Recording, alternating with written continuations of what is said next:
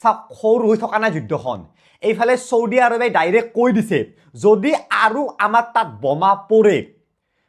যদি মিসাইল পৰে আমিতো একোই কৰা নাই তেতিয়াহলে আমি ডাইৰেক্ট আক্ৰমণ কৰিব বাধ্য হ'ম ইৰানৰ ওপৰত মানে আমেৰিকা ইৰাণ ইজৰাইলৰ যুদ্ধখনত বাকি দেশো নামি যাব আৰু তেতিয়া কি হ'ব তেতিয়া যদি ইৰাণক কিবাকে সাপোৰ্ট কৰি দিয়ে চাইনাই যদি ইৰাণক সাপোৰ্ট কৰি দিয়ে ৰাছিয়াই দুটা ফৈদ হৈ যাব আৰু ইৰাণ বৰ্তমান এই লেভেলত ফাষ্ট্ৰেটেড হৈ আছে আৰু বহুতে সন্দেহ কৰে ইৰাণৰ লগত আছে নিউক্লিয়াৰ বোমা যদি নিউক্লিয়াৰ ওৱাৰ এখনলৈকে যাব লগা হয় শেষ সকলো শেষ হৈ যাব শেষত এটাই কথা কম যে এই পৃথিৱীৰ